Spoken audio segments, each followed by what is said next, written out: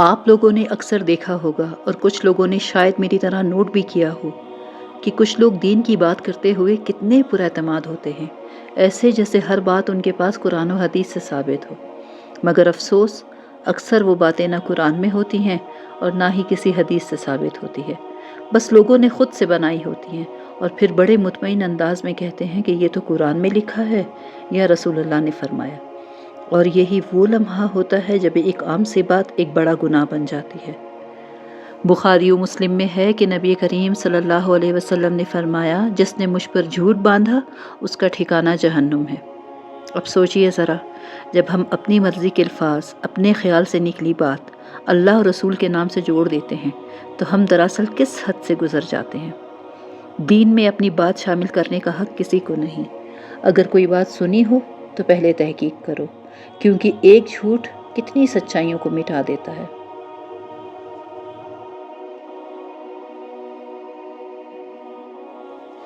چلیے آیات شروع کرتے ہیں۔ اعوذ باللہ من الشیطان الرجیم، بسم اللہ الرحمن الرحیم، اللہم صلی وسلم علی نبینا محمد۔ السلام علیکم، امید ہے کہ آپ سب ایمان اور صحت کی بہترین حالت میں ہوں گے۔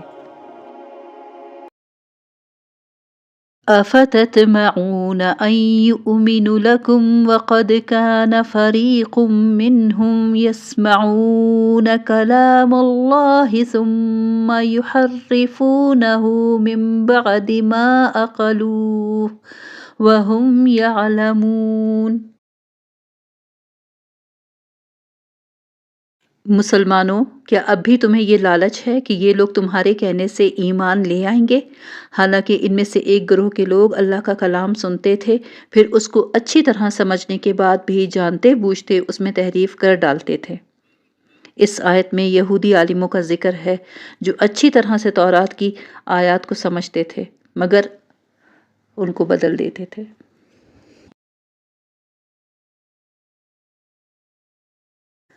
وَإِذَا لَقُوا الَّذِينَ آمَنُوا قَالُوا آمَنَّا وَإِذَا خَلَا بَعْضُهُمْ إِلَى بَعْضٍ قَالُوا أَتُحَدِّثُونَهُمْ بِمَا فَتَحَ اللَّهُ عَلَيْكُمْ لِيُحَاجُّوكُمْ بِهِ عِندَ رَبِّكُمْ أَفَلَا تَعْقِلُونَ۔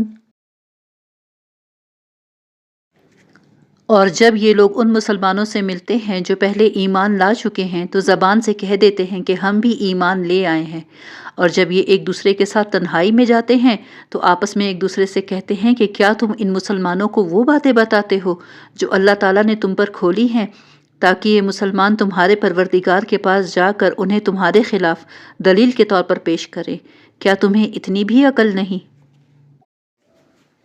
تورات میں نبی کریم صلی اللہ علیہ وسلم کے بارے میں جو پیشین گوئیاں تھیں وہ سب سچ تھیں۔ بعض منافق یہودی جو اپنے آپ کو مسلمانوں کے سامنے مسلمان دکھاتے تھے، یہ پیشین گوئیاں مسلمانوں کو بتا دیتے تھے۔ اس پر دوسرے یہودی تنہائی میں انہیں ملامت کرتے تھے کہ اگر مسلمانوں کو ان پیشین گوئیوں کے بارے میں پتہ چل گیا تو وہ قیامت میں ان کو ہمارے خلاف استعمال کریں گے، مطلب ان پیشین گوئیوں کو ہمارے خلاف استعمال کریں گے اور ہمارے پاس ان کا کوئی جواب نہیں ہوگا۔ کتنی بے وقوفی کی بات تھی، اگر مسلمانوں سے یہودی یہ پیشین گوئیاں چھپا بھی لیتے تو اللہ سے تو نہیں چھپ سکتی تھی۔ أَوَلَا يَعْلَمُونَ أَنَّ اللَّهَ يَعْلَمُ مَا يُسِرُّونَ وَمَا يُعْلِنُونَ۔ کیا یہ لوگ جو ایسی باتیں کرتے ہیں یہ نہیں جانتے کہ اللہ کو ان کی ساری باتوں کا خوب علم ہے، جو وہ چھپاتے ہیں اور جو وہ ظاہر کرتے ہیں؟ فوراً ہی اللہ تعالیٰ جواب دے دیتے ہیں کہ وہ تو سب کچھ جانتے ہیں، کیونکہ اللہ ہماری شہرک سے بھی زیادہ قریب ہیں۔ وَمِنْهُمْ أُمِّيُّونَ لَا يَعْلَمُونَ الْكِتَابَ إِلَّا أَمَانِيَّ وَإِنْ هُمْ إِلَّا يَظُنُّونَ۔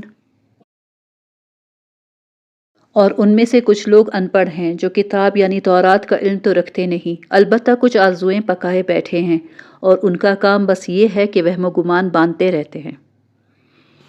اس آیت میں کچھ ایسے یہودیوں کا ذکر ہے جنہیں اپنے بارے میں کچھ خوش فہمیاں تھیں۔ آگے انہیں کے بارے میں بات کریں گے۔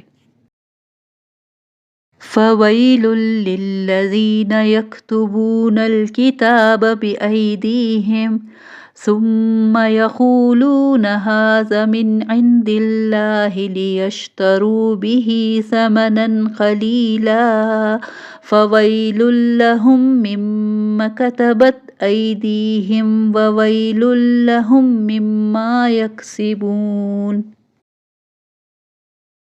لہٰذا تباہی ہے ان لوگوں کی جو اپنے ہاتھوں سے کتاب لکھتے ہیں پھر لوگوں سے کہتے ہیں کہ یہ اللہ کی طرف سے ہے تاکہ اس کے ذریعے تھوڑی سی آمدنی کما لیں۔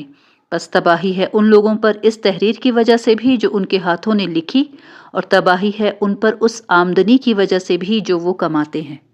یعنی یہودیوں کی دو قسمیں اللہ تعالیٰ نے بیان فرمائی ہیں۔ پہلے تو وہ یہودی علماء جن کے پاس تورات کا علم بڑے اچھے سے تھا، مگر وہ اس میں جان بوجھ کر رد و بدل کر دیتے تھے، یعنی اپنی مرضی کے مطابق احکامات کو کوئی بھی رنگ دے دیا۔ اور دوسرے وہ یہودی ان پڑھ لوگ تھے جنہیں ان یہودی علماء نے جھوٹی آرزوؤں میں مبتلا کر دیا تھا کہ سارے یہودی اللہ کے لاڈلے ہیں تو وہ ہر حال میں جنت میں جائیں گے، اور انہیں یہ خوش فہمی انہی یہودی عالموں نے دلائی تھی۔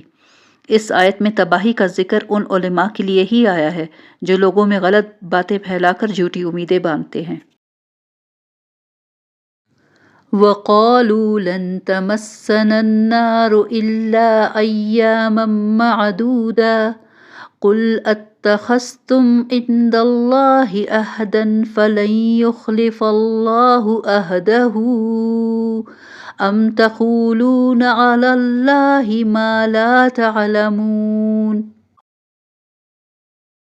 اور یہودیوں نے کہا ہے کہ ہمیں گنتی کے چند دنوں کے علاوہ آگ ہرگز نہیں چھوئے گی۔ آپ ان سے کہیے کہ کیا تم نے اللہ کی طرف سے کوئی عہد لے رکھا ہے جس کی بنا پر وہ اپنے عہد کی خلاف ورزی نہیں کر سکتا، یا تم اللہ کے ذمے وہ بات لگا رہے ہو جس کا تمہیں کچھ پتہ نہیں۔ مطلب حد ہوگی خوش فہمیوں کی، ان پر جو اتنے انعامات اللہ کی طرف سے ہوئے ہیں تو انہوں نے اس کا غلط ہی مطلب نکال لیا کہ وہ اللہ کی لاڈلی قوم ہے اور وہ لوگ جنت کے حقدار ہیں۔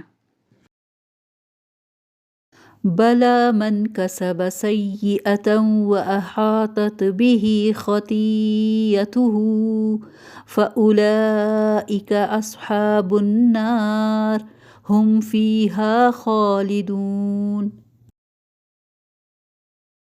آگ تمہیں کیوں نہیں چھوئے گی؟ جو لوگ بھی بدی کماتے ہیں ان کی بدی انہیں گھیر لیتی ہے، تو ایسے ہی لوگ دوزخ کے باسی ہیں، وہ ہمیشہ اس میں رہیں گے۔ بدی کا گھیرے میں لینے کا کیا مطلب ہوا کہ ایسا گناہ کرنا جس کے بعد کوئی نیک عمل آخرت میں فائدہ نہ دے، اور وہ گناہ تو کفر اور شرک ہے۔ اللہ اس سے ہمیں محفوظ فرمائے، آمین۔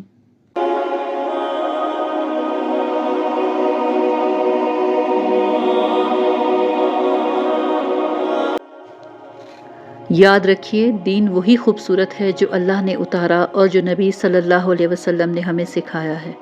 باقی جو ہم نے خود سے گھڑ لیا وہ دین نہیں، فریب ہے۔